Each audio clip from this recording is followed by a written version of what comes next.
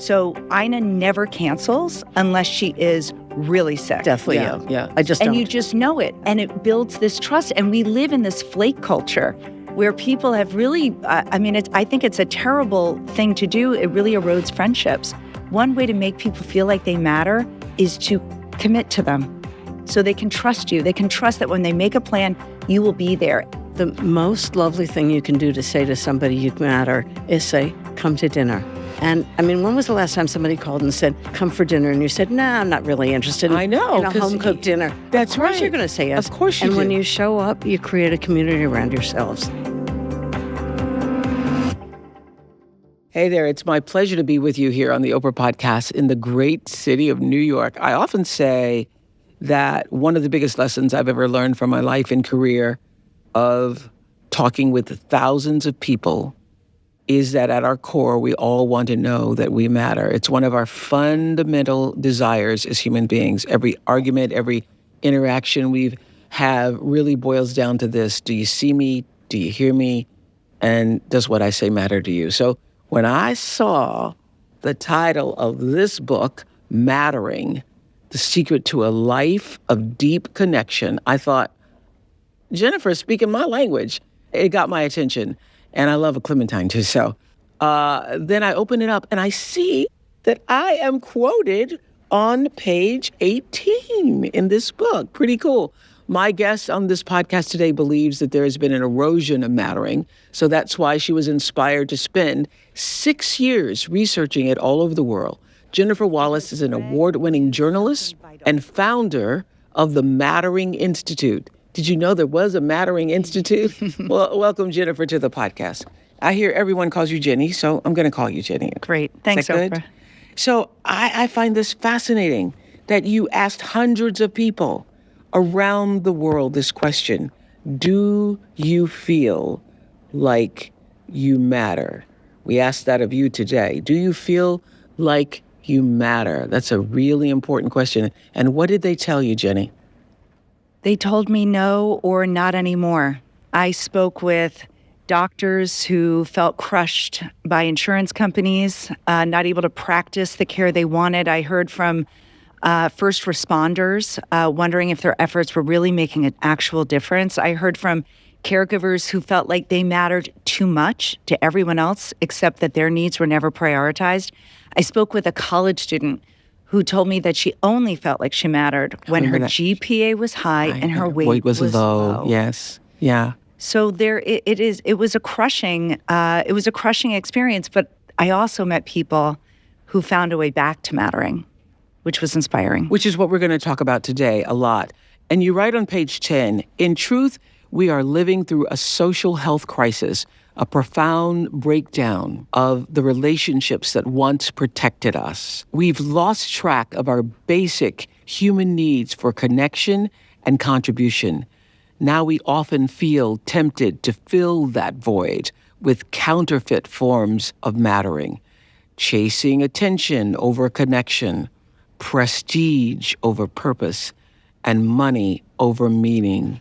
That's what you found around the world, too. People are saying, but not articulating as well as that, right? We have, this is, as you said in the intro, this basic human need that we have stopped treating as a need and more like a nice to have. And the problem is when you don't feed that need, you will find other ways to meet it. Yeah. Whether conscious or not conscious. And do you think now with all of the things in this abundant-filled society that we live in, you would think that with all the abundance and all the access and all of the indulgence, that people would feel like they mattered more. But it's actually the opposite. It is. It's a false sense of mattering. It's sort of the junk food of mattering.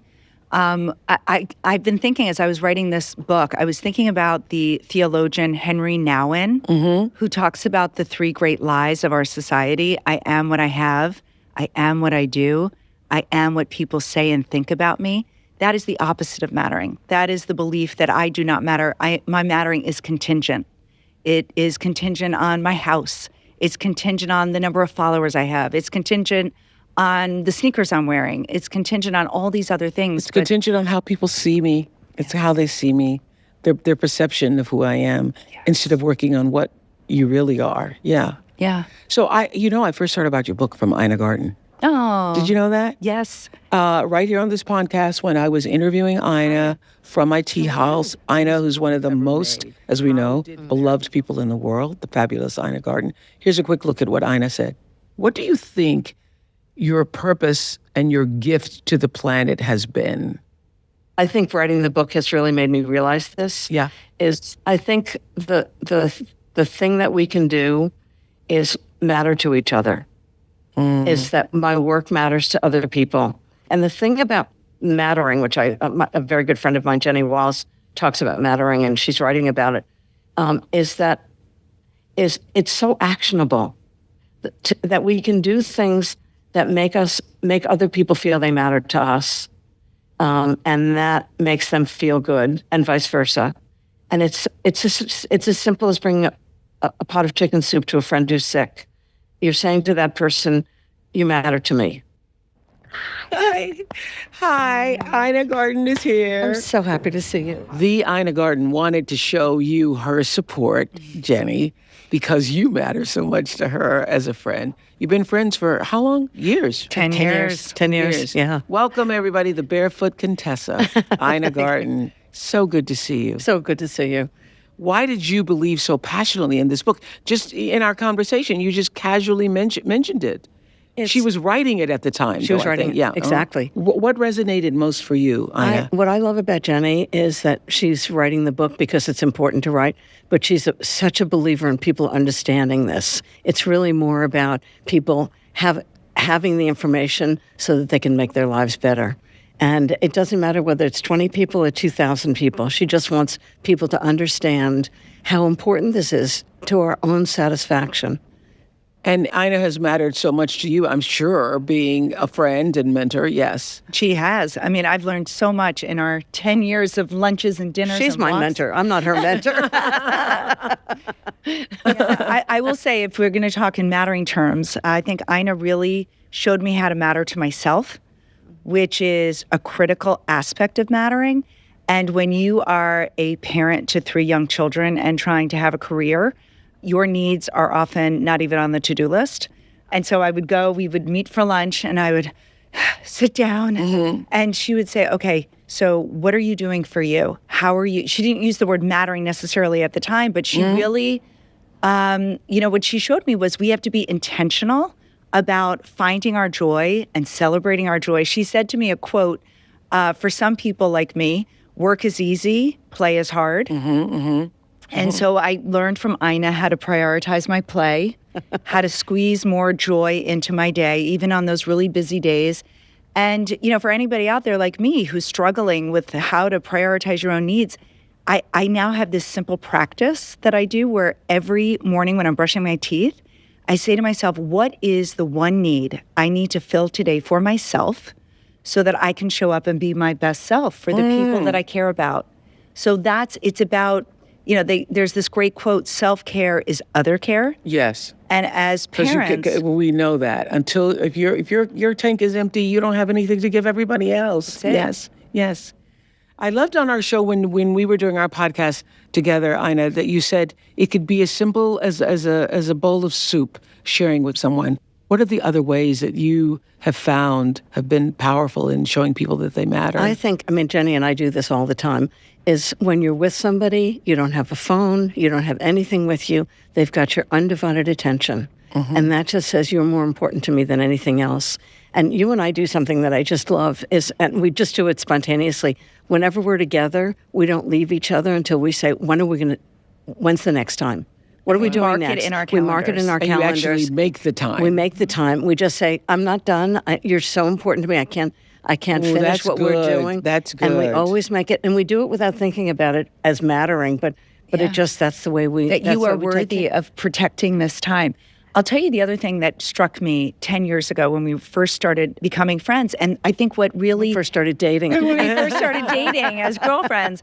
And what struck me was how quickly you can build a sense of trust when the person, is committed to showing up to the events. So Ina never cancels unless she is really sick. Definitely, Yeah, yeah. I just And don't. you just know it. And it builds this trust. And we live in this flake culture where people have really, I think it's a terrible thing to do. It really erodes friendships.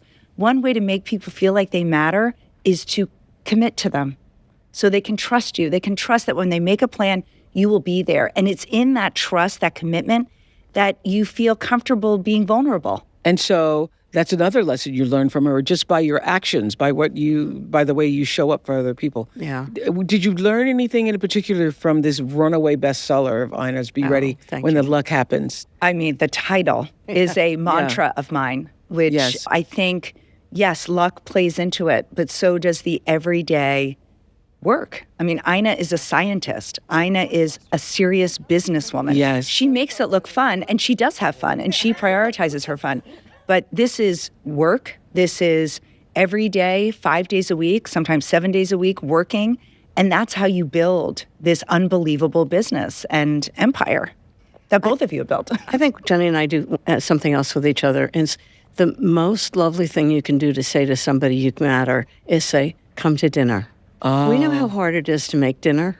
But when you say to somebody, come to dinner, you say, you're important to me. And you're not only important, you're important enough that I want to spend the time and the energy to make dinner for you, to take care of you. And I think we love having small dinner parties where you can really connect with people. Mm-hmm. And I mean, when was the last time somebody called and said, come for dinner? And you said, no, I'm not really interested I know, in a 'cause home-cooked dinner. that's of course right. you're going to say yes. Of course you And when do. you show up, you create a community around yourselves. Well, So- Ina Garten knows how to do that better than anyone in the world. Thank you. For all the gifts you've given to all of us and making all of us feel like we matter in the kitchen with our food offerings, Thank you. with our cooking, with our sharing, and being able to be around the table with friends and really feel that that is valuable time for everyone. It is. And it always is, isn't it? Don't Yes. you always walk away Absolutely. feeling fulfilled, like soul-satisfying kind of experience having good friends around a table? Absolutely. And we know that you have a busy schedule here in New York, so thank you for stopping by. Just Thank to you say so much. So hello good to and see give you. us your support. have fun. And letting us know we matter. Thank you, Ina Garten. So imagine my delight when I'm just flipping through the book, reading a page and on page 15, connecting to your impact and reading the stories, and then I come across page 18 and there's a quote from Oprah Winfrey. I'm like, wow, I'm in this book, where I say there's a common denominator in the human experience that we all share. So that obviously resonated with you as deeply as it has resonated throughout my life. But isn't that true? It is That's the so thread true. that connects us all. Yes, if you want to know someone, if you want to really know them, ask them, do you feel like you matter? Yes. Did you grow up feeling like you matter? Do you work in a place that makes you feel like you matter?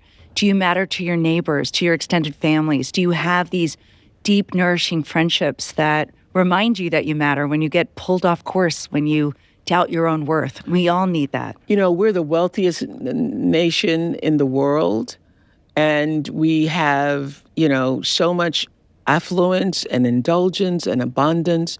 Did you find, talking to people in other countries that were not as wealthy and people were not as well off, that their sense of mattering is different than ours? Yes, I would say where it comes down to is, can I dork out for a minute Yeah, and dork talk out. about values? So I didn't know this before researching the book, but our values, what we value, impacts our well-being. So when, researchers who study it say all of us all over the world have these same core values inside of us. And researchers separate them out into extrinsic values and intrinsic values. Extrinsic values are things like wanting the big house, wanting the high status career, That's right. The car, the car, the things that label you. popularity, Yes. Uh-huh. a certain image. Those are extrinsic values. Intrinsic values are things like wanting to be good to the environment, wanting to be pro-social, wanting to grow spiritually, wanting to be a good neighbor. Values operate like a zero-sum game. So the more time and energy you spend pursuing these extrinsic values, the less room you have in your life for pursuing intrinsic ones. And here's why this matters. Because extrinsic values are linked with negative mental health and substance abuse disorder, whereas intrinsic values are linked with the well-being we want. And here, it's not that we in America have bad values. It's that our extrinsic values are constantly being activated. On social media, in the wider media, we are hearing these messages day in and day out in our hyper-capitalistic culture that you need these things to matter.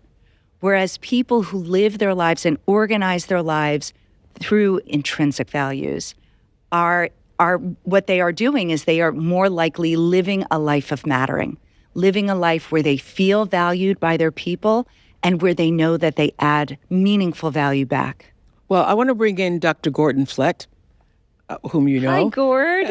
A professor emeritus in psychology at York University in Toronto. The New York Times called him one of the world's foremost authorities on the subject of mattering, and his thoughts are featured throughout Jenny's book. Dr. Flett, thank you for joining us. Thanks so much for having me. Thank you. And explain why mattering is so crucial. Mattering is something that cuts across virtually everything we do and everything we have in our lives in terms of our thoughts, our feelings, but also our roles and our relationships. And, I think daily it's something that we experience either in terms of that feeling of mattering or not mattering. So to me, the bottom line is that when you're thinking about mattering and somebody has a deep sense of mattering, that they are somebody who is filled with hope as well. That's the key thing from a person perspective. It goes along with a lot of other positive things, and it's very strongly related to hope. So somebody who has this sense is got a lot of positive resources they can bring up when they need it. Absolutely. And you coined the term anti-mattering also. What is that? Anti-mattering is the flip side. It's that time when you feel like you're invisible. People are going out of their way to make you feel unimportant, insignificant. And it can be very deep in terms of a soul-based thing where if you chronically are experiencing this, you're feeling you're not being seen, you don't have a voice. And, unfortunately, this is something that's related to epidemics that we have right now. We talk about the loneliness epidemic, the social media addiction epidemic. I think they're all focusing on that need to matter. And sadly, anti-mattering is very robustly correlated so that if you feel like you don't matter and it's chronic, you also have that strong sense of being alone and lonely. Yeah. As I was reading the book, I was thinking anti-mattering really contributes to people being dangerous to themselves and dangerous to other people. Because when you don't feel like you matter, it means you can do anything to harm yourself and do anything to harm other people. Agree, Jenny? I totally agree. You will go to great lengths to prove that you matter. That you do matter. When I think about political extremes, I think about road rage, I think about shootings, Yes. I think about online attacks. These are people who are desperately saying, oh, I don't matter, I'll show you I matter. They'll even act out against themselves. There was a study that I write about of suicidal men, and the two words they used to describe their pain was useless and worthless. Yes. So when we feel like we don't matter, we can turn against ourselves or we can turn against each other. Well, Professor Flett, I think this is something that maybe a lot of people don't realize. We are seeing this craze now towards longevity. It's a craze happening in our culture. But how does mattering impact our morality and our longevity? I'm so glad you asked that. First, the morality, there is that subset of people Jenny referred to. That goes right back to the very first thing that was written about matter, and the idea that if I can't get my sense of feeling important from these people, I'll get them from these perhaps less desirable people. Yeah. The longevity part is key, and that's the one thing I'd really like to underscore for your listeners and your viewers is that there's about 10 studies now that link mattering with better self-reported health, and two of them involve objective measures so that you'll see a link with blood pressure, heart rate, positive chemicals versus the negative chemicals. And that's now been implicated in terms of quicker aging and mortality. And it goes back to what I was saying about loneliness as being a predictor of earlier death. So I really see the feeling of mattering or not mattering as a life or death thing. And, ideally, people are going to be able to have a sense of mattering because it cuts down on the stress. If somebody's leading a life of not mattering, they're leading a life of extreme and chronic stress. Yeah. And endangering themselves and possibly other people. Well, when you feel like you don't matter, you feel like you're going through this world alone. Alone, And yes. we know from an evolutionary perspective that we are wired to matter. Right. We are wired to be important to the band, to the group. And to not matter to the group means to be pushed out. And to our earliest ancestors, that meant death. And we are wired. And as Gord puts it, it is life or death. It is life or death. All right. Thank you, Dr. Flett or Gord. Thank you so much again. Thank you so Nice to much. see you. Thank you so much. Good to see you as well. I'm wondering, Jenny, when you were asking these questions of people around the world that we started our podcast talking about, do you matter? Do you think that you matter to someone? Did just asking the question cause a lot of people to reflect in a way that your interest made them feel like they mattered? Yes, they were very open to talking about it. What I found often were the people who were saying they didn't feel like they mattered, they were going through a life transition. So either they had lost a loved one that they felt very valued by, or maybe facing an empty nest, or maybe they'd lost a job or relocated. I experienced that myself when I was a newlywed moving to London. When you go through a transition, we tend to personalize the experience. We think, oh, it's so painful. There must be something wrong with me that I'm not coping well with this change. But transitions in and of themselves are a hard thing to do. Yeah. Right? We're going from one role to another role. And if we can look at them through the lens of mattering, that offers us a pathway through the transition. So if you're going through a painful transition, look for role models. Look for people who have gone through something similar and gotten through it. Use their life as almost like a blueprint for yourself, a little map. Yeah. And then there's one other thing that I write about in the book is the power of invitation. So it is accepting invitations and issuing invitations. And offering them. Yeah. When we are going through something hard, we are often reluctant to reach out to people or to accept because we feel like we have to get our lives together. But there's research called the beautiful mess effect, which is the idea that we think we need to be perfect to be loved. But actually, when we are going through something hard, when we are authentic and open about it, that it actually brings people closer to us because they trust us more. They think we're authentic. So if you are going through something hard, They trust don't you because wait. they see and feel the vulnerability. They do. They Yes. see you as a human, someone they can trust.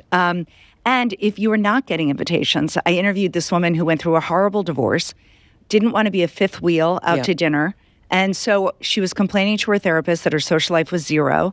And the therapist said, then you start hosting dinner parties. You start inviting your girlfriends to your house. Reboot your social life. You have agency. Yeah. That is a big message in the book, that if you are feeling like you don't matter, you need to know you are one decision, you are one step away from mattering again. That's right. And you talk often in the book about reaching out to somebody else.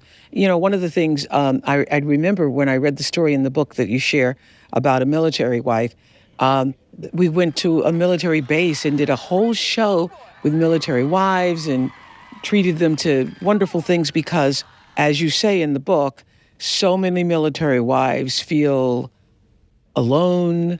They feel like they don't matter. They feel like they've sacrificed.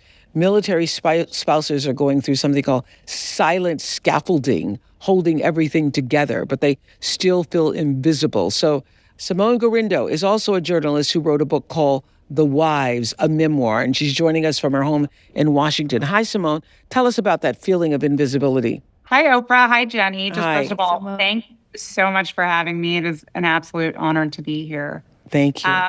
Well, really at the very beginning of my journey of becoming an Army wife, I immediately was swimming in those waters of invisibility. My husband, it was back in 2012, he joined a rapidly deployable combat unit in the Army, and I left my job as an editor in New York City and packed up a U-Haul, and we drove south to Columbus, Georgia. Oh, and Lord. 2 weeks later, It's a he long deployed. way. It was a long way. And I left everything I knew behind. I'd never been south of the Mason-Dixon line. And I didn't even have a driver's license to get myself around. I was that much of a fish out of water. And 2 weeks after we arrived, my husband deployed to Afghanistan. And on one level, I knew what I was signing up for. I knew he was going to deploy and go train, but it was such an isolating experience. I felt so alone so immediately, and I couldn't call him. And if he could call me, it was over these monitored phone calls. And especially in the beginning, both of us were getting this messaging that we needed to be as quiet as possible about where he was, what he was doing. So he was so nervous in the beginning. I remember asking him what he had for breakfast, and he said, I can't talk about that. And so really, my husband, my closest connection, I just kind of felt like I'd lost him overnight. And it was confusing too, because we get this messaging from commanders that, we are essential. They can do what they do because of you. They're training and deploying at this breakneck speed, and you are keeping it together. Like you said, you are the silent scaffolding at home, keeping it together. Mm-hmm. And that's true. And also, really, our primary job is to be silent and invisible and to not let on where he's going. And there's really so many facts of our lives we can't share with our loved ones. And that can make you feel pretty invisible. What helped to make you start to feel like you mattered? Well, luckily, I didn't know anybody except the woman across the street who was a wife in the same unit, and she was as new to this world as I was. And we had gone to the deployment drop-off together and seen each other cry, but otherwise knew nothing about each other. And that first week after our husbands left, I remember looking through the blinds, watching her drive to the store, watching her wash the dishes. It sounds a bit stalkerish. And feeling like I wanted to reach out, but wondering if, it's what Jenny was saying, like, I felt like maybe I wasn't doing this right. Like, she knew how to do this. She was doing great. She felt strong. And I, on the other hand, was not doing so well in my new life.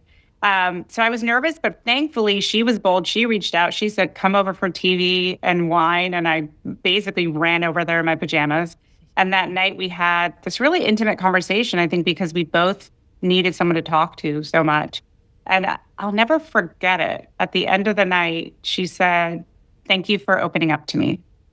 And it's so simple. It's such a simple phrase, but it really stunned me, I think, because it shifted my perspective on how you show up in a relationship and a friendship. I think I had thought that to share my struggles was that I was a burden if I did that. And she was saying, no, it's a gift. And that phrase in and of itself was an invitation. And after that, we went on to cook each other dinner, as you talked about. We went grocery shopping together. She taught me how to drive. Later, during a really rough deployment, I had pretty bad perinatal anxiety with my first pregnancy, and she had a toddler at that point. And I spent so many nights at her house, which at that point was a mile away, that my Maps app started registering her address as home. Oh. And, she was my lifeline. And we were necessary to our spouses and we were necessary to each other. But with each other, we got to feel seen and heard and really share the secret of our lives. Why did you include the story in the book, Jenny? It resonated so much with me. You don't have to be a military spouse to feel that feeling of being so necessary to so many other people, and yet your needs not being prioritized. And I think what Simone hits on is something that we don't talk enough about in our culture, which is the idea that our resilience rests on the depth and support of our relationships. So we are sold this bill of goods by the multi-billion-dollar wellness industry to download, to light a candle or to soak in a bubble bath and you'll be resilient. Those are great stress reducers, but they do not give us the resilience we need to show up day in and day out as the sturdy adults that we want to be for the people that we care about. It's only in our deep relationships. And decades of research show this, that resilience rests on relationships. And Simone's story shows just that. Yeah. Simone, thank you for joining us in this conversation. Thank you. You so much, Oprah. Yeah. And I'm Thanks, glad Jenny. you just reached out. She was just across the street. I can see you opening the curtain, looking there. She's going now. That's a beautiful story. Thank you. Thank you. Thank you. Well, Christina's from Georgia and posted this on TikTok. Watch. I wasn't allowed to be a full person growing up. And because of that, I struggle a lot with trusting that people are genuinely interested in me and that people want to hear from me, because my parents didn't genuinely emotionally engage with me or try to be interested and actively interested in me as a person. It feels like a constant daily battle. Christina's joining us. Hi, Christina. Hi. Hi, Christina. What happened when you shared that post on TikTok? That post brought me so much comfort, to know that other people felt the same way as me and what I was feeling. You see, I moved around a lot as a kid. I would be at one school in the fall and a new one in the spring. And with that experience, it brought feelings of like instability and also isolation, because it was hard to form deep bonds and make roots in a place. And so my family became my emotional world. And when I was in that world, I had to suppress a lot of myself. Because your family didn't understand what you were going through. Yes. Right.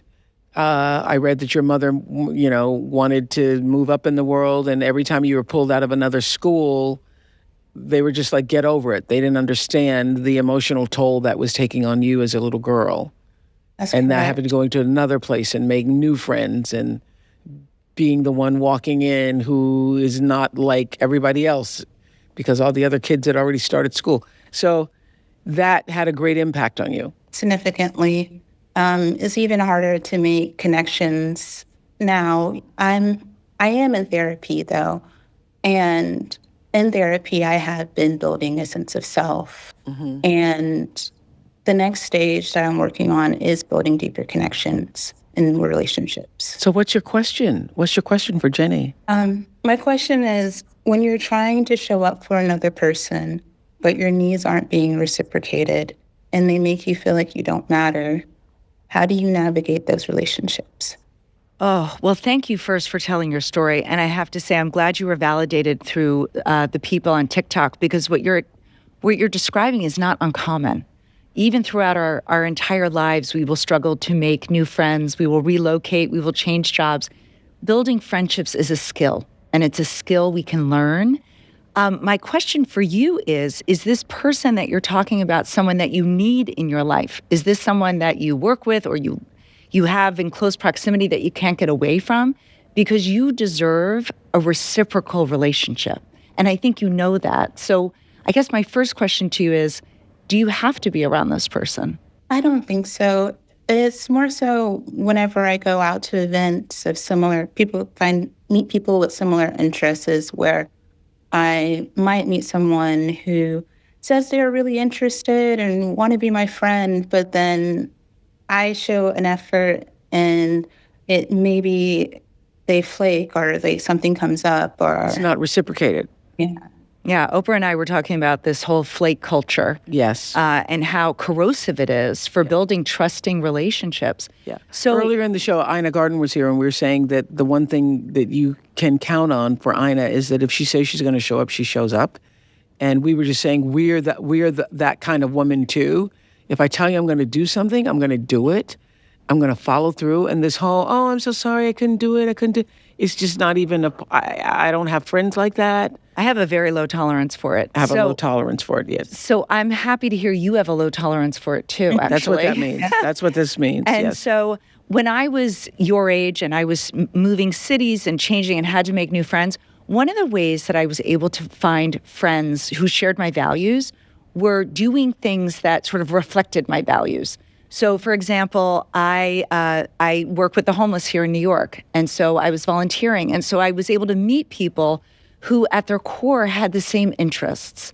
And so I wonder if where you're looking for friendships could be shifted so that it reflects more about who you are and what matters most to you, and look for the people there. It's really touching to hear that. Occasionally I go on Sundays to make sandwiches for the homeless. So it's very touching to hear your experience, and I'm going to keep on trying.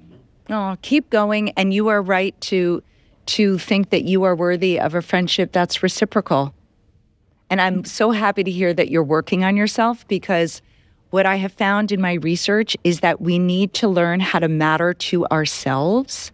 And when we can matter to ourselves, it raises the bar on the kind of people we will allow in our lives.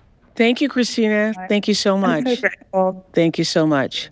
Also in the book, you share this remarkable story about Ruhan. I love that story. Can you share it briefly before we meet him? Oh my gosh, he's remarkable. We could do a whole hour on him. So as a young child, his family struggled. He struggled with food insecurity. When he graduated high school, he became a sanitation worker, felt very proud to be serving his city that way, but also felt invisible in that uniform. He had people in his life from the very beginning who invested in him. His coworkers invested and pushed him to live out his dream, which was to go to college. He went to college. He didn't just go to college. He went all the way to Harvard Law School. His story's remarkable. Okay, so Ruhan is joining us from New York. Hi, Ruhan. How are you doing? Thank you so much for having me. So glad good to to meet see you. you. Likewise. So we want to know, I'm so fascinated by the story Jenny tells in Mattering about your taking on the job as a sanitation worker. And what struck me is that moment where you and a couple of other of your coworkers were painting a dumpster, I think, right? You're painting a dumpster. Tell us about that moment. I'll never forget that, actually. I remember that I was at a different yard that day on Polk Street in Washington, D.C. I was barely ever at that yard. On this given day, a lot of people were walking by us, but there was a mother walking with her son. How old was the son? I was trying to picture how. He had to have been somewhere between the ages of like 7 and 9. Okay, maybe 10 at the oldest. Really young. Yeah. But I remember she like bent down towards him and like pointed at us. But she tried to whisper, but she just wasn't that good at whispering. But she said, don't be like them. And, at this time, I was working a full-time job, there while also being in school full-time. And it was just interesting where I just remember I was really trying my best at this point because my father had just suffered a stroke. And I just remember that was just very demoralizing. Like I'll never forget that day, ever. When the mother is walking by with her son and she points to you and your fellow coworkers and says, don't be like them. But you know what?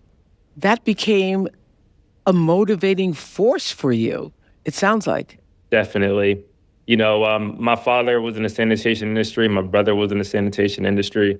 And, I had nothing but pride to be there, do what we had to do.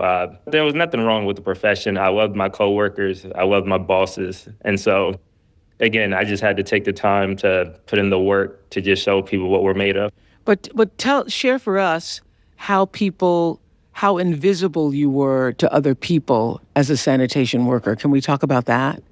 So my primary job was cleaning up the dumpster. So a dumpster might be out, let's say in a city for a year or so, or maybe 5 months. And then when it starts breaking down, they have to bring the dumpster back to refurbish it. And so that was my division.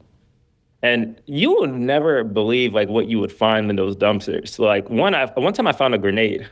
There was a grenade in that dumpster. There was so many needles, glasses, et cetera, things that are not actually supposed to go into this type of trash. Yeah. Because when we're actually cleaning it up, people get hurt all the time. There are so many things that can go wrong when you're actually cleaning these things out. And it's just those types of moments where you kind of realize people aren't really even being considerate of. Of course not. Because this trash has to go somewhere. And, we're just one of the few people that it passes through on its way to its final destination. And quite frankly, not just that, but again, even when people are walking past us at the yards, well, depending on what yard we're in, but sometimes if you're at a specific yard where people are walking by, people will throw things into the dumpster that we're cleaning, as we're cleaning it. Yeah. And no regard for you as a human being a real person at all. Not in the slightest. Yeah. Okay, so were you working to earn money for college or school, or was it going to be a permanent job? How do you go from being a sanitation worker to Harvard? Well, I just got really lucky. What ended up happening was I was doing really good in martial arts when I was in high school. I was winning so many national titles across the country, and eventually we were transitioning to boxing. I ended up having a really bad injury in my left shoulder. And from there, I just wanted to be able to help out my father, who was raising us by himself for like the last like 10 years. And so upon that, I ended up going to work for the sanitation company. I ended up doing like really, really, really well there. And my two coworkers like went to talk to the owner of the Sun, and they realized, this guy has a lot of potential. Maybe he should go and try something else. So essentially, the owner of the trash company pushed me to go to college. He helped me get into Bowie State University. And then from there, I had access to, I had a food scholarship, I had tutors, et cetera. And then I became a 4.0 student. And from there, I just transferred to the University of Maryland. And my father had suffered a stroke. And so that's why I started working full-time as a sanitation worker while also like being in school full-time. I had the best dad in the world. So when he went down, I just knew I had to do something to keep this going. And so I didn't want to give up school. I wanted to make sure the bills kept getting paid. And so from there, I graduated Speaker of the class and then went on to Harvard Law School. Wow. Oh, you say it like, until I got a 4.0, and then I did this, and then I want people to read your story in Jenny's book, Mattering, but tell us about being at Harvard and the day you saw one of the custodians in the hallway, and tell us what happened in that moment. Yeah, I remember I was walking down this empty hallway, and then this custodian walked towards me. And I simply just said, "Hi, how are you doing?" And she said, "Are you talking to me?" And I said, "Yes, how are you doing?" And then she said again, "Are you talking to me?" I said, "Yeah." And that makes me want to cry, really. I know. Yeah. And I said, "Yeah, I'm talking to you." And she said, I'm sorry. Students don't talk to me. Students would rather look at the wall than talk to me." Direct quote. And to which I said, "That's effed up." To the degree that you want, Yeah. to the degree that you want, like, I'll be happy to talk to you. I would love to talk to you whenever I get a chance to see you. And after that moment, it just sat with me for a long time. Well, that sits with me too. You know why? And I hope everybody listening, that's how you let somebody know they matter. Mm-hmm. People who are the most unseen, the people holding the doors, the doormen, the sanitation workers, the custodians, the housekeepers in a hotel. I always make sure I stop and say hello to those people, regardless of what's going on. That makes the biggest difference in the world. Yeah. And so when I went home, I basically just said I want to create some type of organization just to make sure that this population gets uplifted and gets like the treatment that they deserve. And so essentially I ended up raising like $70,000 over the course of the rest of that year. And then we ended up creating the Reciprocity Effect, essentially just a nonprofit that basically just wants to uplift and show love to blue-collar support staff workers. Didn't you have a party for all of them? Oh, that's how we were able to raise the money. So you had a party for all the custodians around the school. Yeah. Exactly. How did you even organize that? Well, they saw me all around the school. So when I started raising money for this event, I knew I wanted to create this big banquet for the support staff workers. That so is essentially, so cool. So from that moment, I was pretty much, from the point I was raising the money, because we had the event in my 3L year, but I was working on it since the middle of my second year of law school. Wow. So from that whole point, I was raising money and also marketing for it collectively. And the way I was like really happy about it, we had over 200 people turn out, and there was like a quote from one of the custodians that like sits with me till this day. She came up to me after the event and she said, she was one of the people who got an award. And she told me, "I've never seen my son so proud of me." And till this day, like that just gives me goosebumps. And I'm just truly grateful that we had the support to pull that off. So you're in the book Mattering, Jenny's book Mattering. When you were doing this, were you doing it because you wanted to matter or you wanted other people to know they mattered? Or was that even a part of your thinking? The way I always like thought about this question was, this is just how my dad raised me. I remember just watching my dad as I was growing up, and he just always made sure that people felt seen, people got love. He was like the neighborhood dad, just not my dad, but the neighborhood dad. And I just think as I go throughout my life, it was just my natural way of going about things. I just happened to have the resources at times to take this to another level. But quite frankly, I just didn't think about it. It was just the way my dad raised me to be. Well, I expect to see great things from you, sir. Thank you so much. You have such a big heart, and you're grounded in a value system that's going to take you a long way. And just reading your story and now having a chance to actually hear your voice and connect with you, you make me proud. Thank you so much. And thank you so much, Jenny, for even allowing me to be a part of this book and just allowing me to be here. Thank you to both of you. It's such an honor to be able to tell your story. Thank Yeah. you for sharing it. Thanks, Rehan. Thank you so much for showing us how to make other people feel like they matter. It's such a powerful story. You know, most people spend most of our waking hours at work, and there are a lot of people who you research in the workplace, and you found that many people are desperate to feel like they matter at work, and a lot of people are anxious to leave because they don't feel like they matter. Yeah, there's a statistic, 70% of our workforce is disengaged. What is disengagement at work? When you feel like you don't matter at work, when you feel invisible or replaceable, or you have to endure rudeness and incivility, that sense of feeling like you don't matter is painful. So a coping strategy for that is actually distancing ourselves and disengaging, quiet quitting. These are the results of feeling like you don't matter.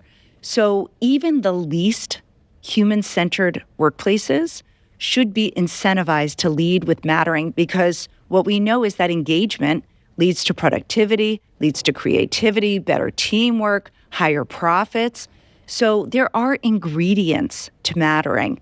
It's been studied since the 80s, and I've sort of created this acronym, SAID, to remind me of the ingredients, of the main ingredients of mattering. So what does it feel like to matter at work or in our friendships or in our families? It's to feel significant, appreciated, invested in, and depended on.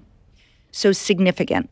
It doesn't mean, needing a toast or an award at work. What struck me was how often people said when I asked them if they mattered, that it was the small things, that somebody appreciated what they said or made them feel like they were critical to the team, that we couldn't have done this without you. You're an important person here. We need you here. Appreciation. Can you imagine how those custodians felt after that celebration of them at Harvard? Yeah. Well, feeling significant is feeling noticed. Yes. Right? When you walk into a room, people are making eye contact and asking about you. Appreciation is, I like to think of it as appreciating the doer behind the deed.